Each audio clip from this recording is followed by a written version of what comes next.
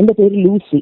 ഞാൻ ഫ്ലോറിഡയിൽ നിന്നാണ്. ഈ ഇടയ്ക്ക് ഒരു 2 കുട്ടികളുമായിട്ട് ആത്മഹത്യ ചെയ്ത ഒരു സ്ത്രീയുടെ ഷൈനി എന്ന് പറഞ്ഞില്ലേ, ആ പ്രോഗ്രാമില് എല്ലാവരും അതിന്റെ കാര്യങ്ങളും പറഞ്ഞ് അങ്ങ് പോയി. പക്ഷെ താങ്കളൊരു വലിയൊരു കാര്യം ചെയ്തു. അതായത് അതാണ് എനിക്ക് വിളിക്കണമെന്ന് പെട്ടെന്ന് തോന്നാനൊരു കാര്യം. അതായത് അതിനെ എങ്ങനെ നമുക്ക് മുമ്പോട്ട്, ഇങ്ങനെയൊക്കെ ഉള്ളവർക്ക് അങ്ങനെ ഒരു തീരുമാനത്തിലേക്ക് പോകാതെ ഇനി എങ്ങനെ ജീവിതം മുമ്പോട്ട് കൊണ്ടുപോകാം എന്നുള്ള രീതിയിലൊരു ഇത് പറഞ്ഞല്ലോ, വലിയൊരു കാര്യമാണ്. കാര്യം ഒരുപാട് പേര്, ഇപ്പൊ എന്റെ അറിവിൽ പോലും ഒത്തിരി പേരുണ്ട് അങ്ങനെ ജീവിക്കുന്നവര്. ഒരാള് അത് കണ്ടിട്ട് അതിനൊരു കമന്റ് ആയിട്ട് പറഞ്ഞു, അതായത് നമ്മുടെ നാട്ടിൽ ഒരുപാട് പ്രായമായ മനുഷ്യർ, ഇപ്പോ ഒത്തിരി വീടുകൾ ഒറ്റയ്ക്കാണ് പേരൻസ് ഒക്കെ. എനിക്ക് തന്നെ അറിയാം, എന്റെ വീട് കൊല്ലത്താണ്. ഞങ്ങൾ 13 മക്കളാണ്. ഞാൻ 13ാമത്തെ ആളാ വീട്ടിലെ. എന്റെ പേരൻസ് റിട്ടയർഡ് ടീച്ചേഴ്സാണ്. പപ്പ ഹെഡ് മാസ്റ്റർ ആയിരുന്നു, അമ്മ ടീച്ചറായിരുന്നു. അങ്ങനെ. പക്ഷെ ഞങ്ങൾ പറഞ്ഞില്ലേ, ഞങ്ങൾ 13 മക്കളും വളരെ സ്നേഹത്തോടെ എല്ലാവരും പേരൻസിന്റെ ഇതെല്ലാം വളരെ കാര്യമായിട്ട് ഇരുന്ന് നോക്കി എല്ലാം പോയ ആൾക്കാരാണ്. ഇപ്പൊ പേരൻസ് മരിച്ചുപോയി. അമ്മ മരിച്ചിട്ട് 13ാമത്തെ വർഷമാണ്. പപ്പ 17 വർഷമായി മരിച്ചിട്ട്. പക്ഷേ ഞങ്ങൾ പറഞ്ഞില്ലേ, എല്ലാ മക്കളും നല്ല ഉദ്യോഗസ്ഥരായിരുന്നേ. 13 മക്കളും ജോലിക്കാരായിരുന്നു. ഞങ്ങൾക്ക് ജോലിക്ക് പോകണ്ടേ. അപ്പോൾ നമുക്ക് പേരൻസ് പ്രായമായപ്പോ അവർക്ക് വയ്യാതായപ്പോ അവരുടെ അടുത്ത് നിൽക്കാൻ ഒരു ജോലിക്കാരെ അന്വേഷിച്ച് ഭയങ്കരമായിട്ട് ബുദ്ധിമുട്ടി. ഞങ്ങള് 3 പേര് വെളിയിലാണ്. 2 പേര് അമേരിക്കയിലും ഒരാൾ ഗൾഫിലും. പിന്നെ 10 പേര് നാട്ടിലുള്ളതിൽ ഒരു ബ്രദർ മരിച്ചുപോയി. 2 വർഷം മുമ്പ് ഒരു സിസ്റ്ററും മരിച്ചുപോയി. അല്ലാതെ ബാക്കി സഹോദരങ്ങളുണ്ടെങ്കിലും കേരളത്തിന്റെ പല ഭാഗത്താണ് അവരൊക്കെ ജോലി ചെയ്യുന്നത്. അപ്പോൾ നമുക്ക് അപ്പനും അമ്മയായിട്ട് നിൽക്കാൻ ഒക്കുന്നില്ല. അങ്ങനത്തെ സാഹചര്യമാണ്. ഒരു ബ്രദർ ഉണ്ടായിരുന്നു, പുള്ളിയായിരുന്നു എല്ലാം ചെയ്തതൊക്കെ, വളരെ കാര്യമായിട്ട് ചെയ്തു. പുള്ളി ടീച്ചറായിരുന്നു. അപ്പൊ ജോലിക്ക് പോകണ്ടേ, ജോലിക്ക് പോയി രാവിലെ പോയാൽ രാത്രിയാകും എത്താൻ പുള്ളി. അപ്പോൾ ആ സമയത്ത് വീട്ടിലേക്ക് ഒരാള്, ജോലിക്ക് വിശ്വസിച്ച് നമുക്ക് വീട്ടിൽ നിർത്താൻ ഒരാളില്ലാതെ പോയി. ഒരുപാട് ഞങ്ങൾ അലഞ്ഞു. അവസാനം കിട്ടി നല്ലൊരാള്, എങ്കിലും പറയാ.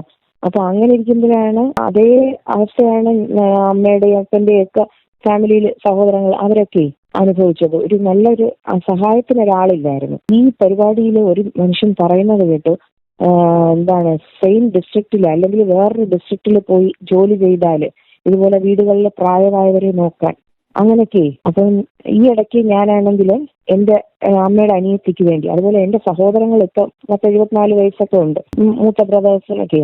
അവർക്ക് പോലും വയ്യ. ബ്രദറിനാണെങ്കിലും സിസ്റ്ററിനാണെങ്കിലും 70, 72, 75 വയസ്സൊക്കെ ഉള്ള സഹോദരങ്ങളാണ്. അവർക്കും മക്കളെല്ലാം വിദേശത്താണ്, അല്ലെങ്കിൽ മക്കള് കണ്ണൂരും കാസർഗോഡും ഒക്കെ ജോലി. അപ്പോൾ വീട്ടിൽ അവരൊറ്റയ്ക്കാണ്. അവർക്ക് സഹായത്തിന് വയ്യാതാക്കി ഇരിക്കുക. അപ്പൊ സഹായത്തിന് ഒരാള്, അപ്പൊ അവര് ഒരു കുടുംബത്തെ വേണമെങ്കിലും കൂടെ താമസിപ്പിക്കാൻ തയ്യാറാണ്. പ്രത്യേകിച്ച് ഇപ്പം ഭാര്യയോ ഭർത്താവോ ഇല്ലാത്തവരോ, അല്ലെങ്കിൽ ഇതുപോലെ ഈ സ്ത്രീയെ പോലെ ആത്മഹത്യയിലേക്ക് പോകുന്ന ഒരവസ്ഥയുള്ള ഒരു സ്ത്രീ, ആരെങ്കിലും കഷ്ടപ്പെടുന്നവരുണ്ടെങ്കിൽ അങ്ങനെ. അപ്പൊ നമുക്ക് ഞാൻ വിചാരിക്കുന്നത് നമ്മുടെ പഞ്ചായത്തുകളിലോ എവിടെയെങ്കിലും ഒക്കെ നമുക്ക് ഇങ്ങനെ രജിസ്റ്റർ ചെയ്യാൻ, അല്ലെങ്കിൽ ഒരു പ്രൈവറ്റ് ഏജൻസിയോ നമ്മുടെ നാട്ടിൽ വേണം. എല്ലാ ജില്ലകളിലും അങ്ങനെ തുടങ്ങുന്നതിനെ കുറിച്ച് എന്തെങ്കിലും ഒരു ആശയം താങ്കളുടെ മാധ്യമത്തിലൂടെ അത് കൊണ്ടുവരാൻ സാധിച്ചാൽ ഒരുപാട് നല്ല കാര്യമായിരിക്കും എന്ന് എനിക്ക് തോന്നുന്നു. സഹോദരി പറഞ്ഞത് ഇപ്പൊ നീഡ് ഫോർ എ നമ്പർ എന്ന് പറയാവുന്ന ഒരു കാര്യമാണ്. കാരണം ഇതുപോലെ ധാരാളം പേര് ഈ പറഞ്ഞ പോലെ, പക്ഷെ ഇത് രണ്ടും കണക്ട് ആകുന്നില്ല. ആവശ്യക്കാരും ഉണ്ട്, ആവശ്യത്തിന് വേണ്ടി ഉഴലുന്നവരും ഉണ്ട്. പക്ഷെ ഇവർ തമ്മിൽ അറിയുന്നില്ല. ഈ രണ്ട് കൂട്ടരും കിടന്ന് കഷ്ടപ്പെടുന്ന ഒരു അവസ്ഥയാണ് നമുക്കുള്ളത്. അന്നേരം അതിനെ, ഈ ഗ്യാപ്പിനെ ഒന്ന് ബ്രിഡ്ജ് ചെയ്യാൻ വേണ്ടി എന്ത് ഇനിഷ്യേറ്റ് ചെയ്യാമെന്നുള്ളതാണ് ഞങ്ങൾ ആലോചിച്ചുകൊണ്ടിരിക്കുന്നത്. ഉടൻ തന്നെ സഹോദരി പറഞ്ഞ പോലെ നമ്മൾ ഇതിനൊരു സൊല്യൂഷൻ ഉടനെ ഇപ്പൊ ഈ ഒരു ആശയം ഞങ്ങൾ ഇതുപോലെ പങ്കുവെക്കുന്നു. അതോടൊപ്പം തന്നെ ഈ ഈ രണ്ട് ആവശ്യക്കാരെയും തമ്മിൽ കണക്ട് ചെയ്യാൻ പറ്റാവുന്ന ഒരു സംവിധാനം ഉണ്ടാക്കുന്നതിനെ കുറിച്ച് ഞങ്ങളും ഇങ്ങനെ ആഗ്രഹിച്ചുകൊണ്ടിരിക്കുക. അത് താങ്കൾ ചെയ്യാൻ ഒക്കുമെങ്കിലും അത് വളരെ നല്ലൊരു കാര്യമാണ്. പ്രത്യേകിച്ച് താങ്കൾക്ക് ഒരു മീഡിയ ഉണ്ട്, പിന്നെ താങ്കളെ പോലുള്ള ഒരു കഴിവുള്ള ഒരാള് ഇതിനു വേണ്ടി പ്രവർത്തിക്കുന്ന ആ വലിയൊരു മനസ്സ്, അങ്ങനെയൊക്കെ ഉള്ള ഒരാള് അത് ചെയ്യണം. കാര്യം നമ്മൾ ചില കാര്യങ്ങൾ ചെയ്യാൻ പോകുമ്പോൾ നമ്മുടെ ഇപ്പൊ ഞാനിത് ചെയ്യാൻ പോകുമ്പോൾ തന്നെ എന്നെ പറഞ്ഞു കളിയാക്കുന്ന ഒത്തിരി പേരുണ്ട്. അവളങ്ങ് ലോകം നന്നാക്കാൻ ഇറങ്ങിയേക്കുക, എന്ത് കാര്യം കണ്ടാലും അങ്ങനെ എങ്ങനെയാന്ന് പറയും. പക്ഷെ അങ്ങനെയല്ല. അങ്ങനെ ഓരോ മനുഷ്യരും അതിൽ നിന്ന് പിന്മാറിയാല് ലോകം നന്നാകത്തില്ല. ശരിക്കും പറഞ്ഞാൽ നമ്മൾ ഓരോരുത്തരും വിചാരിക്കണം, അല്ലേ?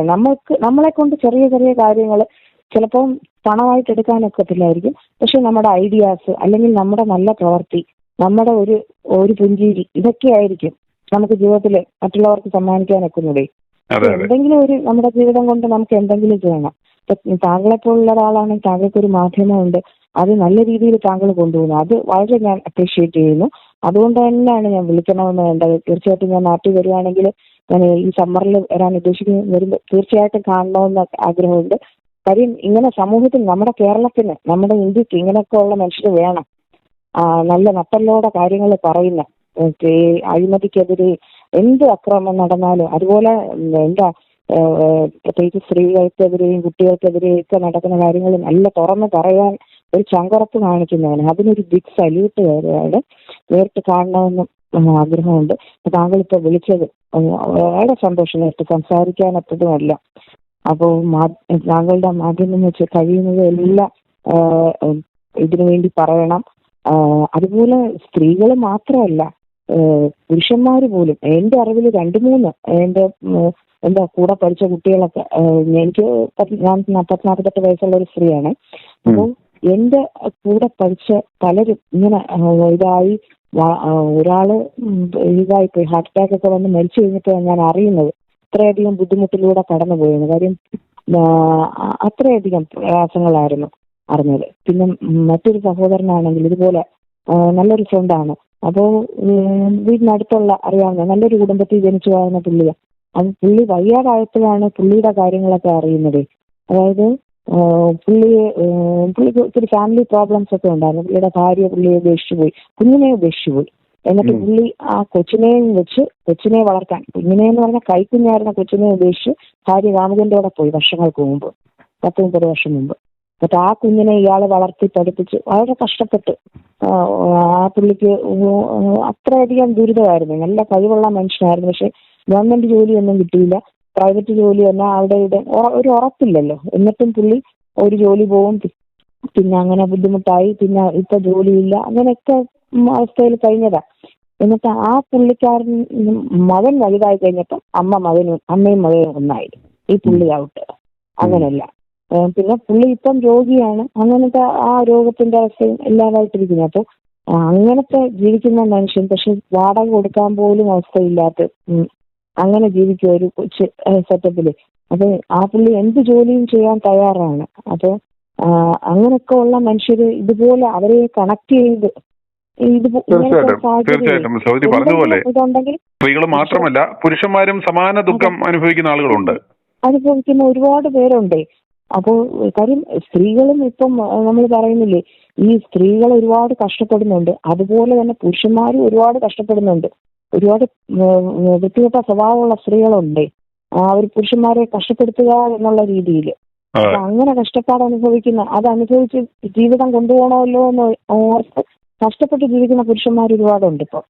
അങ്ങനെ സ്ത്രീകളുടെ കൺട്രോളും എല്ലാം, അമിതമായിട്ടുള്ള നിർബന്ധങ്ങളും ദുശാഠ്യങ്ങളും എല്ലാം സഹിച്ച്, കൊച്ചുങ്ങളെയൊക്കെ ഓർത്ത്, കുടുംബത്തെ ഓർത്ത്, സമാധാനപ്പെട്ട ഒരു ജീവിതം കിട്ടണമല്ലോ എന്ന് ഓർത്ത് എല്ലാം സഹിച്ച് കഴിയുമ്പോൾ അങ്ങ് തലമണ്ടേ കയറും. അങ്ങനത്തെ സ്ത്രീകളും ഉണ്ട്.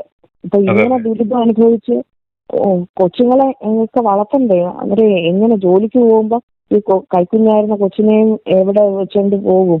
അപ്പൊ അങ്ങനത്തെ ആ അവസ്ഥ. അപ്പം ഇതുപോലെ എന്തെങ്കിലും വീടുകളിലൊക്കെ ആണെങ്കിൽ കിട്ടുവാണെങ്കിലേ കൊച്ചിനെയും നോക്കാൻ, വീട്ടിൽ പ്രായമായവരെയും അങ്ങനെ എല്ലാ കാര്യങ്ങളും നടക്കുവേ. പിന്നെ ജീവിത ചെലവ്, ഇപ്പോൾ നമ്മളൊരു വാടകയ്ക്ക് ഒരു വീട് എടുത്താൽ അതിന്റെ പൈസ, ഭക്ഷണം എല്ലാം ഇതിലങ്ങ് ഇൻക്ലൂഡഡ് ആകുമല്ലോ. അപ്പോൾ എന്നിട്ട് ഒരു മാന്യമായിട്ടൊരു തുക എന്നാൽ എല്ലാ മാസവും ഒരു 10,000-15,000 രൂപ ശമ്പളം പോലെ. പക്ഷെ എന്നാൽ ആ വീട്ടിലൊരു അംഗത്തെ പോലെ എല്ലാ കാര്യങ്ങളും നോക്കി നടത്തി അങ്ങനെ നിൽക്കാനൊക്കുന്ന. അപ്പൊ അങ്ങനത്തെ എന്തെങ്കിലും നമ്മുടെ പഞ്ചായത്തുകൾ വഴിയോ ഈവൻ സോഷ്യൽ വെൽഫെയർ ഡിപ്പാർട്ട്മെന്റ് വഴി ഗവൺമെന്റിന്റെ ശ്രദ്ധയിൽപ്പെടുത്തിയാൽ അങ്ങനെയൊക്കെ ചെയ്യാനൊക്കും. ഇവിടെ അമേരിക്കയിൽ ഇങ്ങനത്തെ സംവിധാനങ്ങളെല്ലാം ഉണ്ട്.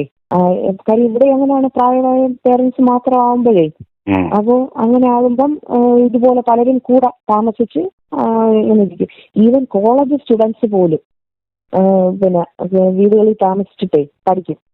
എന്നിട്ട് പേരൻസ് ഈ വീട്ടിലിരുന്നിപ്പോ ഓൺലൈനൊക്കെ പഠിക്കാമല്ലോ. അപ്പം പ്രായമായ പേരൻസിനെയൊക്കെ നോക്കും, അങ്ങനെ എല്ലാം ചെയ്യും. അല്ലെങ്കിൽ വീട്ടിൽ കഞ്ഞിയും കറിയൊക്കെ വെച്ചു കൊടുത്ത് എല്ലാ കാര്യങ്ങളും എല്ലാം ചെയ്തിട്ട് കോളേജിൽ പോയി പഠിക്കും.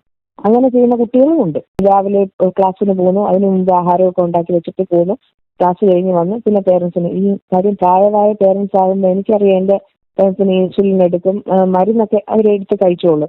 പക്ഷെ അവർക്ക് ഏറ്റവും കൂടുതൽ ശ്രദ്ധ വേണ്ടത് അവരുടെ ഷുഗർ ചെക്ക് ചെയ്യുക, ഇൻസുലിൻ വേണമെങ്കിൽ കൊടുക്കുക, അങ്ങനെ മരുന്നൊക്കെ എടുത്ത് കഴിച്ചോളും. പക്ഷെ ഈ ഷുഗർ ഒക്കെ കൂടി കഴിയുമ്പോൾ ഭയങ്കര ക്ഷീണമായിട്ട് തളർന്നങ്ങ് കിടക്കും. ആരെങ്കിലും വേണം എപ്പോഴും.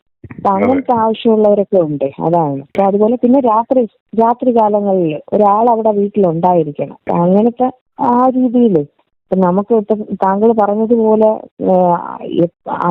ഇവരെ കണക്ട് ചെയ്യാൻ ഒരു കണക്റ്റിംഗ് ലിങ്ക് ആയിട്ട് താങ്കൾക്ക് പ്രവർത്തിക്കാനൊക്കെ എന്ന് എന്റെ മനസ്സ് പറയും. താങ്കൾ ഒത്തിരി കാര്യങ്ങൾ ചെയ്യുന്ന ആളാണ്. അപ്പൊ അത് ചെയ്യാനൊക്കും. അതിനുവേണ്ടി ഒന്ന് നല്ലൊരു എഫേർട്ട് എടുക്കണം.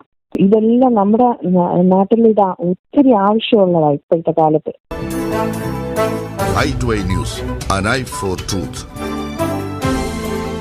i2i News സബ്സ്ക്രൈബ് ചെയ്തിട്ടില്ലാത്തവർ ഇപ്പോൾ തന്നെ സബ്സ്ക്രൈബ് ചെയ്യുക. നോട്ടിഫിക്കേഷൻ ലഭിക്കുവാൻ ബെൽ ബട്ടണും അമർത്തുക.